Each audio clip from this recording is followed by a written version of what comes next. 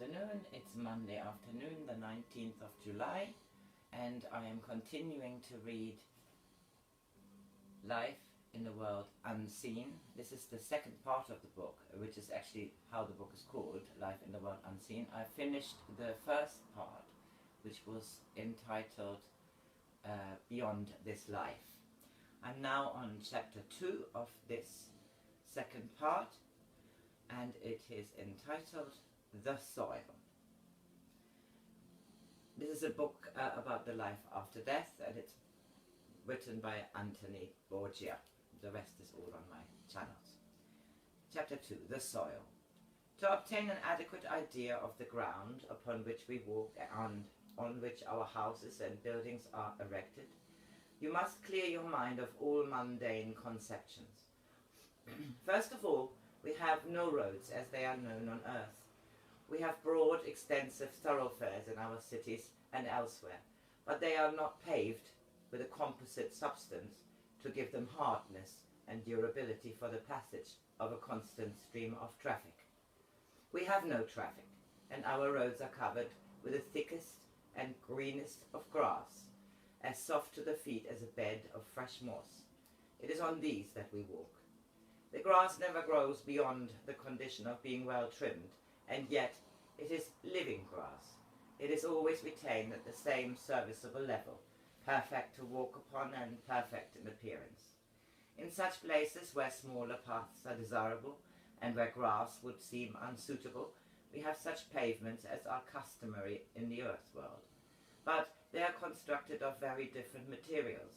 The paving is, for the most part, a description of stone, but it is without the usual dull drabness of colour. It closely resembles the alabaster-like material of which so many of the buildings are constructed. The colour varies, but they are all of delicate pastel shades. This stone, like the grass, is very pleasant to walk upon, though. Naturally, it is not as soft, but there is a certain quality about it, a certain springiness, if one may so term it, something like the resilience of certain earthly timber that is utilized in the making of floors. That is the only way in which I can convey any idea of the difference between earthly stones and spirit stone. There is never, of course, any unsightly discoloration to be observed upon the surface of those stone walks. They always preserve their initial freshness. Often the pavement revealed a network of delightful designs formed by the use of different coloured materials and blending harmoniously with their immediate surroundings. As one approaches the boundaries to the higher realms, the pavements become noticeably more translucent in character, and they seem to lose some of their appearance of solidity, though indeed they are solid enough. When one draws near the boundaries of the lower realms, the pavements become heavy in appearance.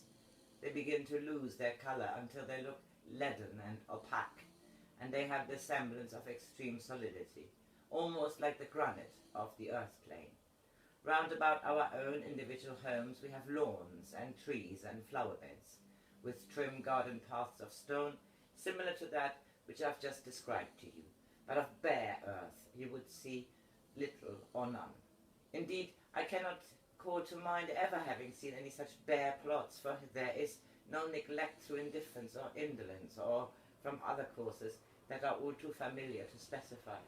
Where we have earned the right to possess our spirit home, we have also within us the constant desire to maintain and improve upon its beauty, and that is not very difficult to accomplish, since beauty responds to and thrives upon the appreciation of it.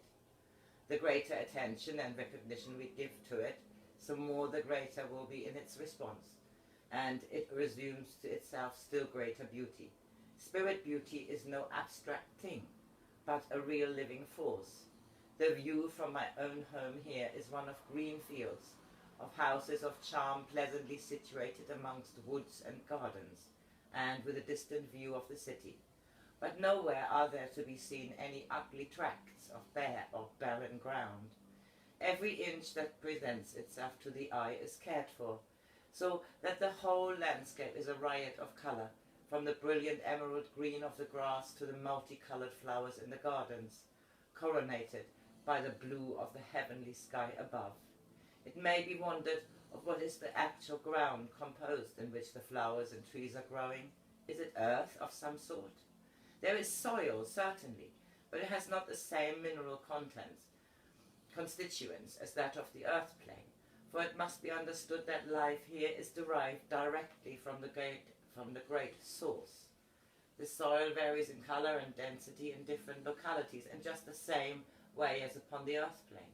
I've not investigated it closely any more than I took particular heed of earthly soil. I can, however, give you some small idea of its appearance and characteristics. Firstly, then, it is perfectly dry. I could detect no trace of moisture. I found that it ran off the hand in much the same way that dry sand will do.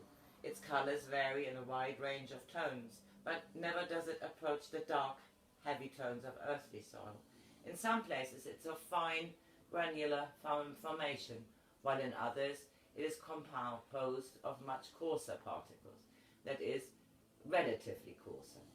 One of the unexpected properties of this soil is the fact that, while it can be taken into the hand and allowed to run from it smoothly and freely, yet when it is undisturbed it remains fully cohesive, supporting as firmly as the earthly soil all that is growing within it. The colour of the earth is governed by the colour of whatever botanic life it supports, and here again there is no special significance, no deep symbolical reason for this particular order of things. It is simply that the colour of the soil is complementary to the colour of the flowers and trees, and the result, which could not be otherwise, is that of inspiring harmony. Harmony to the eye, harmony to the mind, and the most soothing musical harmony to the ear. What better reason could there be? And what simpler? Assuredly, this world of spirit is not made up of bewildering series of profound and complex mysteries, explicable only to the few. There are mysteries, certainly, just as there are upon the earth plane, and just as there are great brains upon the earth plane who can solve those mysteries, so here there are greater brains still, immeasurably greater, who can provide an explanation when our intellects are ready to receive it and understand it. But there are many people in the earth world who earnestly believe that we in spirit live in a continual state of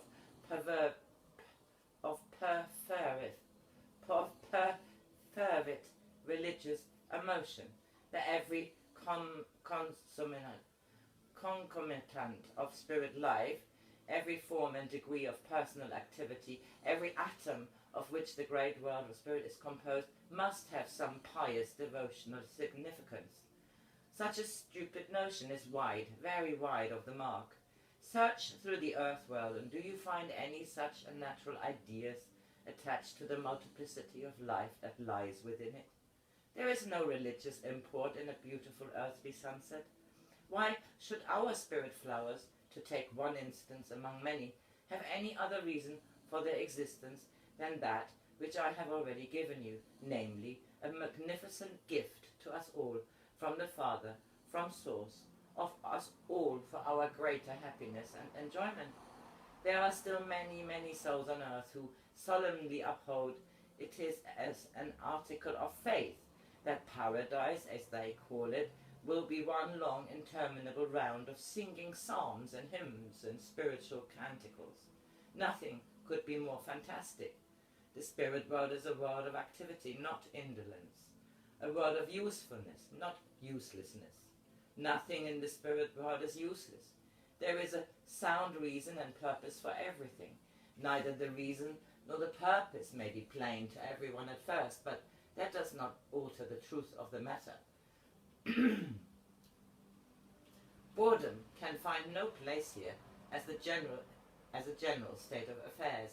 People have been known to become bored, but that very boredom begets their first step, or their next step, in spiritual progression through their engaging in some useful work. There are myriads of tasks to be performed, and myriads of souls to perform them, but there is always room for one more, and it will ever be so. Am I not living in a world that is both unlimited and illimitable? We do not inhabit a land that bears all the outward masks of an eternal Sunday. Indeed, Sunday has no place, no existence, even in the great scheme of the spirit world. We have no need to be forcibly reminded of the great Father of the universe by setting aside one day to him and forgetting him for the rest of the week. We have no week.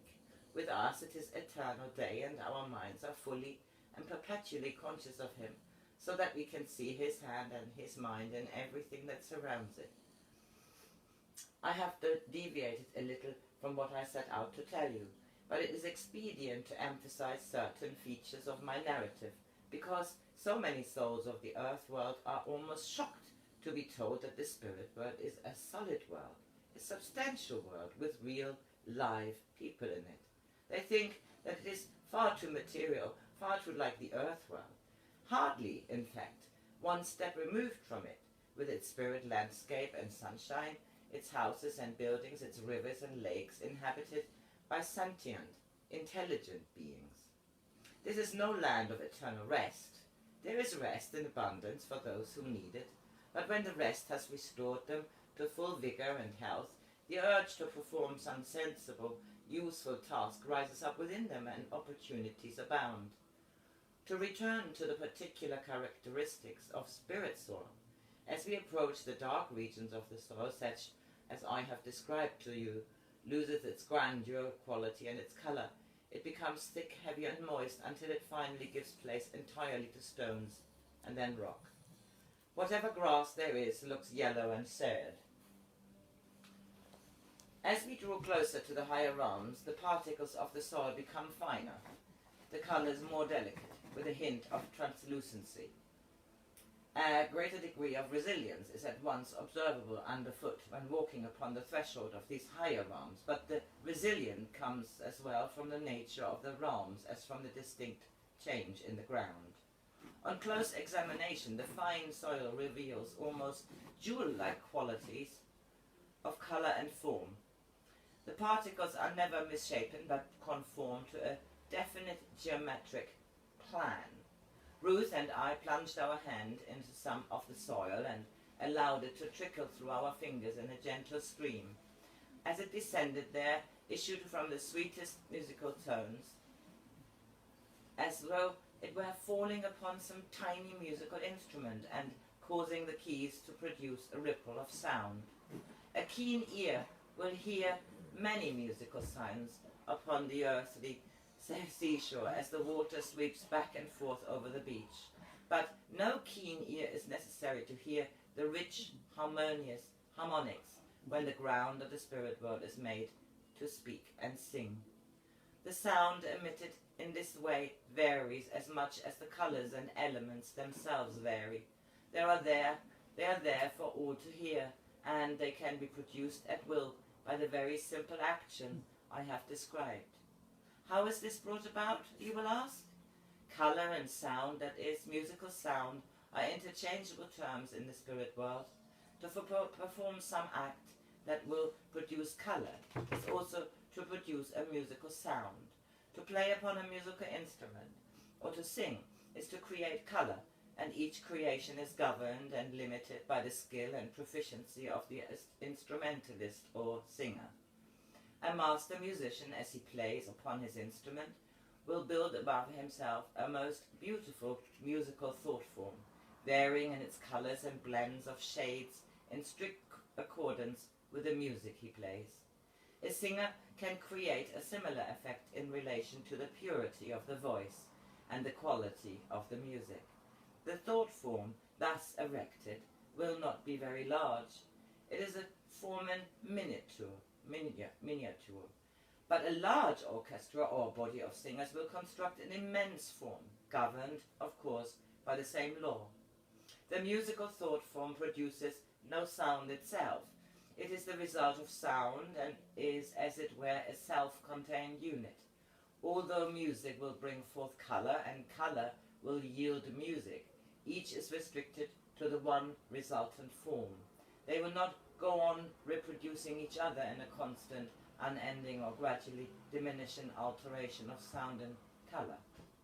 It must not be thought that with all the vast galaxy of colors from the hundreds of sources in the spirit world, our ears are being constantly assaulted with the sound of music, that we are living in fact in an eternity of music that is sounding and resounding without remission. There are few minds, if any, that could possibly endure such a continuous plethora of sound, however beautiful it may be.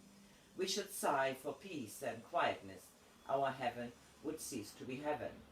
No, the music is there, but we please ourselves entirely whether we wish to hear it or listen to it. We can completely isolate ourselves from all sound, or we can throw ourselves open to all sound, or just hear that which pleases us most. There are times upon the earth plane when you can hear the strains of distant music without being in any way disturbed by it. On the contrary, you may find it very pleasant and soothing. So it is with us here in spirit. But there is this great difference between our two worlds. Our potentialities for music of the highest order are immeasurably greater than yours are upon the earth plane. The mind of a spirit person who has a deep love of music will naturally hear more, because he so wishes, than one who cares little for it. Because he so wishes, and then another one cares little for it. To revert to the experiment that Ruth and I carried out when we let the soil run through our fingers, we both of us derive great enjoyment from listening to music. Ruth much more so than myself, since she has been trained in the musical art and therefore has a higher appreciation and grasp of musical technicalities. I have told you how the instant the soil left our hands, we could hear the delightful sounds issuing from it. Another person performing the same action, but who possesses no particular musical susceptibilities, would scarcely be conscious of any sound at all. The flowers and all growing things respond immediately to those who love them and appreciate them. The music that they send out operates under precisely the same law, an attunement upon the part of the percipient with that with which he comes into contact or relationship is a prerequisite condition. Without that attunement, it would not be possible. Without that attunement, it would be impossible to be conscious of the musical strains that issue forth from the whole of spirit nature. By spirit nature, I mean, of course, all the growing things, the sea and the lakes, indeed, all water, the soil, and the rest. The greater the power of the individual of appreciating and understanding beauty in all its multifarious forms, the greater will be the outflowing of a magnetic force. In the spirit world, nothing is wasted nor expended uselessly. We never have forced upon us something that we do not want. We never, whether it be music or art, entertainment or learning, we are free agent in every sense of the term within the confines of our own realm. It would be most terrifying thought to imagine that the spirit world is one of immense pandemonium of music, continuing ceaselessly, totally unavoidable, presenting itself on every conceivable occasion and in every possible place and situation. No, the spirit world is conducted on much better lines than that. The musical sounds are most certainly there, but it rests solely with ourselves whether we shall hear them or not, and the secret is personal attunement. There are people upon the earth plane who possess the ability of mentally isolating themselves from their surroundings to such a degree that they can become oblivious to all sounds, however intense, that might be going on around them. This state of complete mental detachment will serve as an analogy, though a rather elementary one, of the effect that we can produce upon ourselves in spirit, to the exclusion of such souls as we have no wish, to the exclusion of such sounds as we have no wish to hear. Unlike the earth world, we do not need to bring to bear any great force of concentration. It is but another process of thought, just as we use our minds to effect personal locomotion, and after a brief sojourn in spirit, we are soon able to perform these various mental functions without any conscious effort. They are part of our very nature, and we are merely applying in an extended form, without earthly limitations and restriction, mental methods that are perfectly simple to apply. On the earth plane, our physical body, in a heavy physical world, prevented similar mental processes from producing any physical result. In the spirit world we are free and unfettered, and those actions of the mind show an instant and direct result, whether it be to move us with the quickness of our thought, or whether it be to shut out any sight or sound that we do not wish to experience. On the other hand, we can and do open our minds and attune ourselves to absorb the many glorious sounds that come rising up all around us. We can open our minds or close them to the many delectable perfumes that spirit nature casts upon for our happiness and contentment. They act like a tonic upon the mind, but they are not forced upon us. We merely help ourselves to them as we wish. It must ever be borne in mind that the spirit lands are founded upon law and order. But the law is never oppressive, nor the order irksome, because the same law and order have helped to provide all the countless beauties and wonders of this heavenly realm. So that was the end of chapter 2, and I shall read that chapter 3 of The World Unseen tomorrow. Good evening.